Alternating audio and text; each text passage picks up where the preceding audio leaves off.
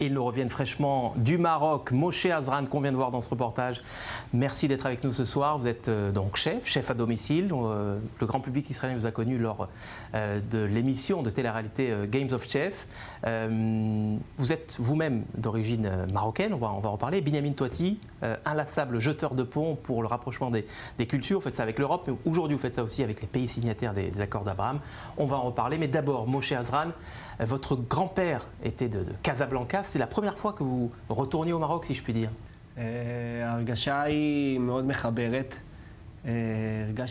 Ça a été un sentiment de connexion. J'ai eu l'impression d'être propulsé dans l'histoire de ces ruelles marocaines dont on me parlait petit. Dès l'instant où nous avons atterri, mon cœur s'est rempli d'émotion et de fierté de faire partie de cet univers marocain. L'émotion de ce retour aux racines, une émotion de chaque instant.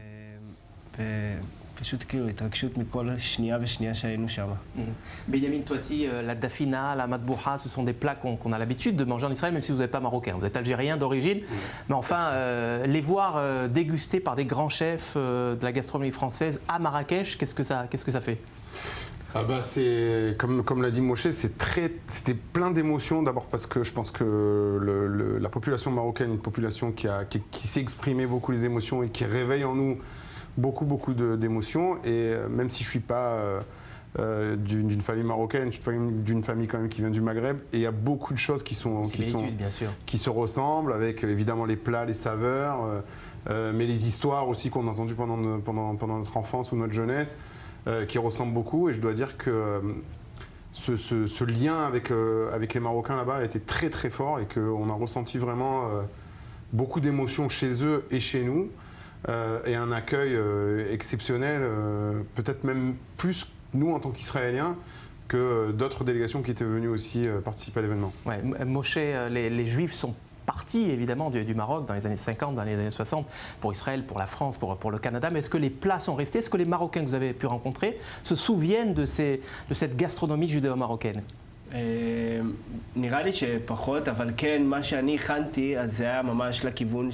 ne pense pas vraiment. J'ai surtout préparé des plats traditionnels classiques issus d'une cuisine populaire. La salade machouya, par exemple, qui est appelée de 7 façons différentes en marocain. Et cette street food, c'est ce qu'il y a de plus émouvant, le fait qu'elle trouve un écho dans la création de ces grands chefs. Et on le voit aussi dans ce que présentent les chefs marocains.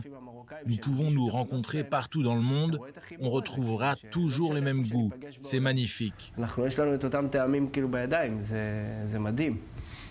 Binyamin Touati, dans le cadre de votre métier, je le disais, vous tentez de jeter des ponts pour rapprocher les cultures, rapprocher les peuples. Il y a quand même quelque chose de particulier avec le Maroc qu'on ne retrouve pas ailleurs, même avec les pays signataires des accords d'Abraham ou avec les pays arabes avec lesquels Israël a un accord de paix depuis 40 ans. Ouais, non, pour être honnête, moi je suis encore, on est encore un petit peu sous le choc parce que c'était notre première fois tous les deux qu'on était au Maroc, et j'ai eu l'occasion de beaucoup me balader en Europe essentiellement, mais aussi dans le Golfe ces 2 dernières années pour des rencontres et des événements qui ont été organisés avec des Israéliens et des populations locales. Et là, il y a un truc particulier avec le Maroc qui existe, et le lien avec les Israéliens, il est presque naturel. Et l'histoire commune de la population juive qui était au Maroc et la grosse population d'origine marocaine qui existe en Israël aujourd'hui. On rappelle, près d'1 million d'Israéliens sont d'origine marocaine. Voilà, donc il y a un truc très particulier. La présence juive au Maroc, même si aujourd'hui la communauté est relativement petite, la présence juive au Maroc est toujours très présente, je trouve. Si c'est dans des noms de rues, des plats, des quartiers. Je me baladais dans le centre-ville et on me dit ici c'est le quartier juif. Je ne sais même pas s'ils arrivent à faire la relation, mais ça s'appelle comme ça.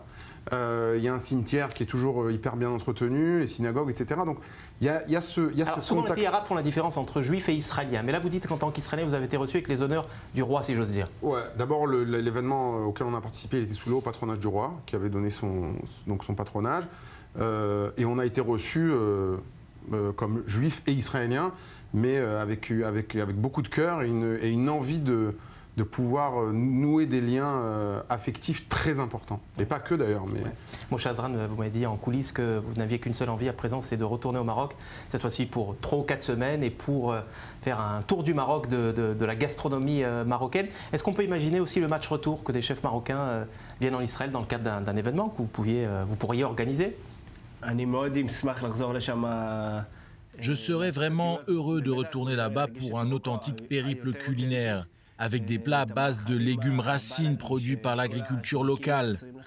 J'aimerais aussi bien sûr pouvoir cuisiner avec les chefs marocains que j'ai rencontrés là-bas. C'est mon rêve, d'approfondir cette expérience marocaine. Et grâce à Dieu, j'espère qu'on accueillera tout le monde ici l'année prochaine et que nous les recevrons comme des rois, comme ils l'ont fait avec nous.